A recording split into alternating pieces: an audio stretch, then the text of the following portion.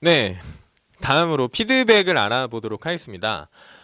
피드백은 마치 식물이 성장하는데 필요한 수분과도 같죠. 하늘에서 비가 내리면 식물이 성장하듯이, 나무가 성장하듯이 피드백은 학생들을 자라게 하는 물과 같다고 봅니다. 그래서 피드백이란 뭐냐? 학생이 성취해야 될 성취 목표와 학생의 현재 수준의 차이를 확인해서, 그러니까 학생이 도달해야 되는 목표, 그리고 학생의 현재 수준, 그리고 이 학생의 현재 수준에서 성취 목표로 도달하기 위한 어떤 방법에 대한 정보, 이런 것들을 제공하는 게 피드백이라고 봅니다. 그래서 피드백의 구조는 성취 목표, 그 다음에 학생의 현재 수준, 현재 수준에서 성취 목표로 도달하기 위한 처방, 향상 방안, 이런 것들이 이 세 가지가 피드백의 구조라고 봅니다. 그래서 우리가 보통, 저도 이제 수업 시간에 아이한테 피드백을 할 때는 열심히 하는구나, 잘하는구나, 이런 노력이나 태도에 대한 부분을 아이들한테 많이 이야기를 하는데, 이것보다 조금 더 구체적인 피드백은 아이의 어떤 활동하는 수준을 보고, 내가 도달하길 원하는 지점은 여기인데 아이는 지금 여기 있구나. 그래서 이 아이한테 어떤 내용을 제시하면 아이가 조금 더 여기에 도달할 수 있을지, 그 방법을 아이한테 좀 피드백을 해주는 거죠. 아까 그 면담을 예로 들면은, 이제 아이가 주요 질문을 만들고 후속 질문을 만드는데 좀 주제랑 어긋나 있어. 난 주제와 연관된 질문을 만들기 원하는데, 그럼 아이한테 이 질문은 주제에서 좀 벗어난 것 같아. 한번 주제랑 연관해서 다시 생각해 볼까? 이런 좀 구체적인 내용을 피드백을 해줄 수 있다는 거죠. 그게 좋은 피드백이고, 자, 그래서 피드백의 대상은 결과에 대해서 피드백을 할 수도 있습니다. 학생의 학습 결과에 대해서.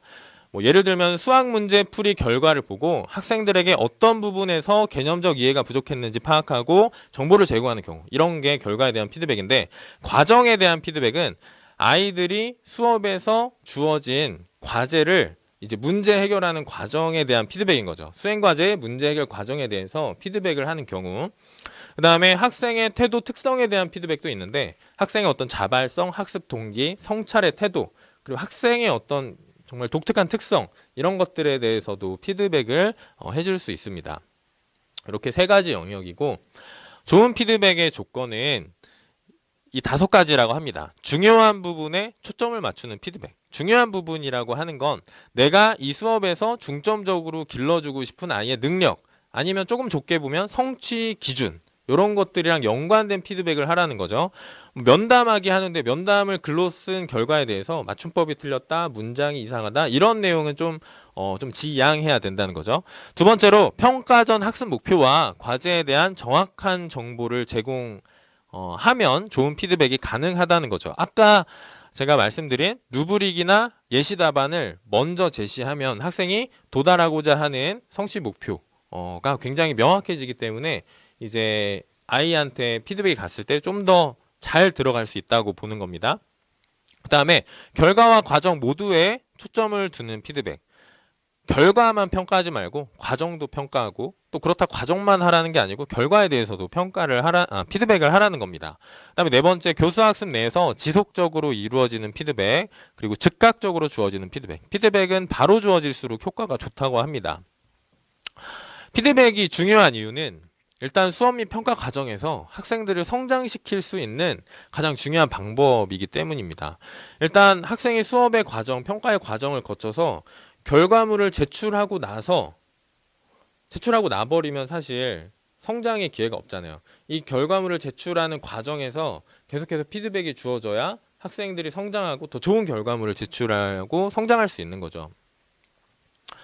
피드백의 어려움. 근데 이게 사실 힘들어요. 굉장히 힘듭니다.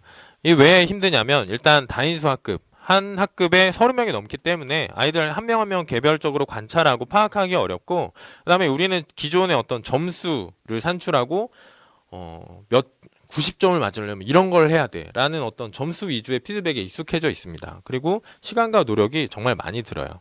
그래서 힘든데, 이런 것들을 좀 극복하기 위한 방법이 아까 말씀드린 평가 루브릭이나 예시 답안을 아이들한테 제시해서 아이들이 성취 목표를 분명하게 인식하게 해서 아이들이 스스로 도달하도록 노력하게 하는 방법, 그리고 교사가 다 해줄 수 없으니까 친구와 친구 사이에 상호 평가를 하게 하는 방법이죠. 그 다음에 자기평가, 스스로 돌아보면서 내가 나한테 피드백을 하게 하고, 그리고 관찰평가도 교사가 관찰해서 아이들한테 피드백을 주는 게 또 한 명 한 명 주는 게 굉장히 어렵지만 어떤 관찰평가의 도구를 사용하고 이거 익숙해지면 또 관찰평가도 유익하게 잘 활용할 수 있다고 생각을 합니다. 그래서